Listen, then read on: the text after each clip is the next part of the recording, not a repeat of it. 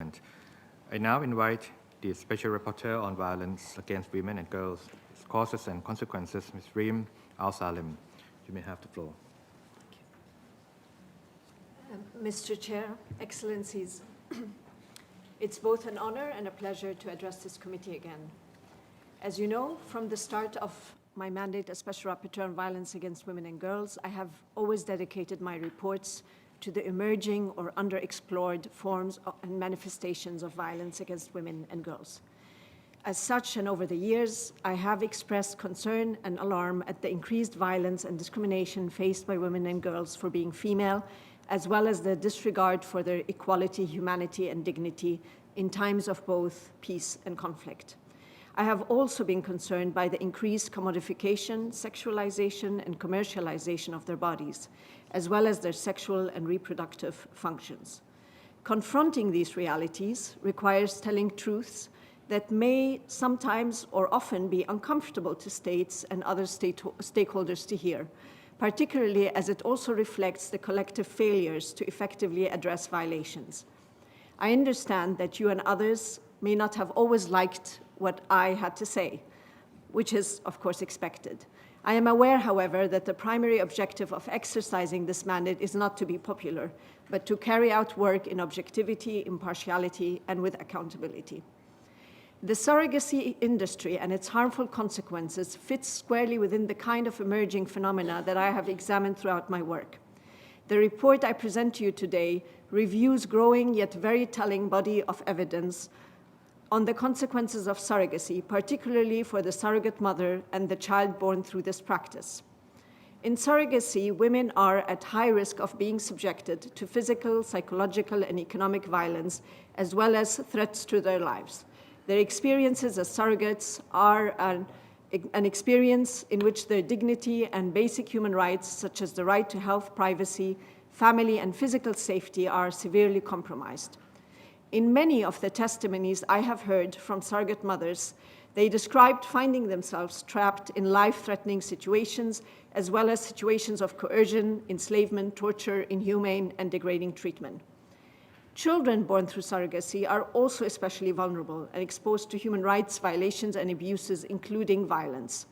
Unlike the adults in this equation, they are brought into the world through arrangements that they had zero say in and cannot escape.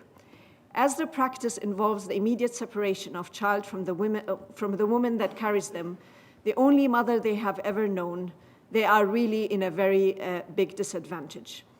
Being born through surrogacy is proven to negatively impact their mental and physical development.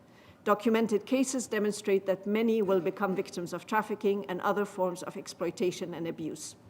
Furthermore, they are at increased risk of ending up stateless and abandoned when the plans or situations of commissioning parents change.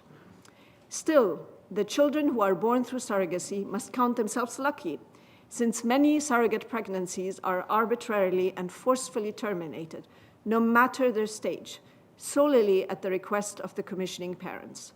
The wishes of the woman who is carrying the child have close to no weight in these situations. Like other exploitative practices against women and girls, such as prostitution, the concept of consent is often weaponized to justify surrogacy and create the conditions that are conducive to its operation. However, as I state in the report and as I've stressed in the guidance document on consent that I have recently issued, international law is very clear that consent is irrelevant in situations of violence, coercion, and exploitation.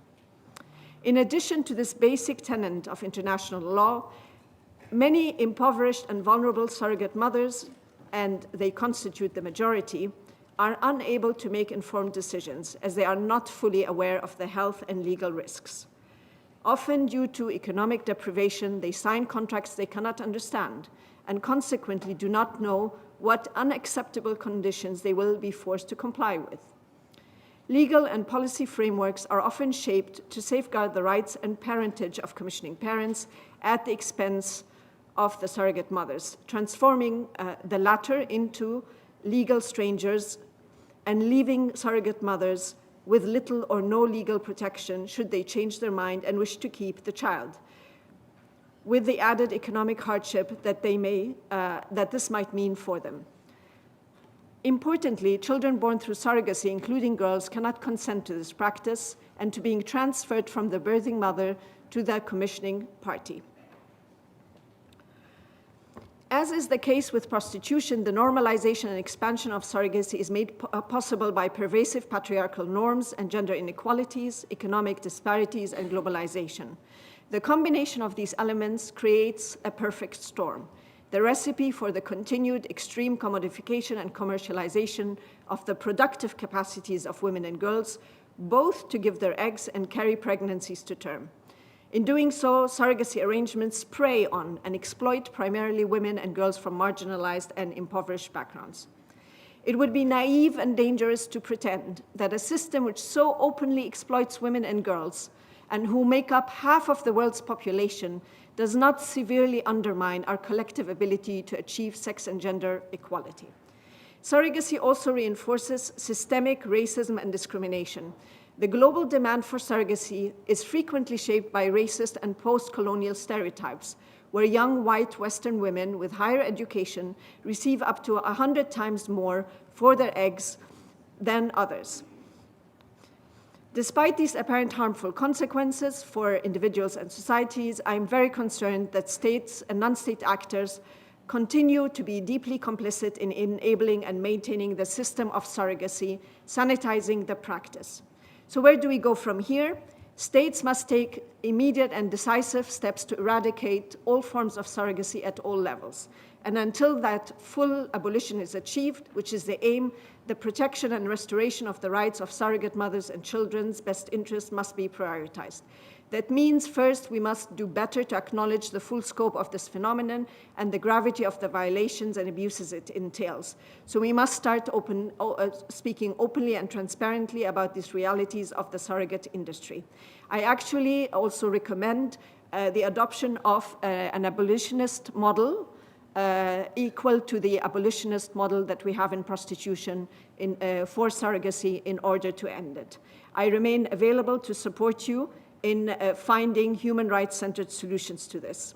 Thank you, Mr. Chair.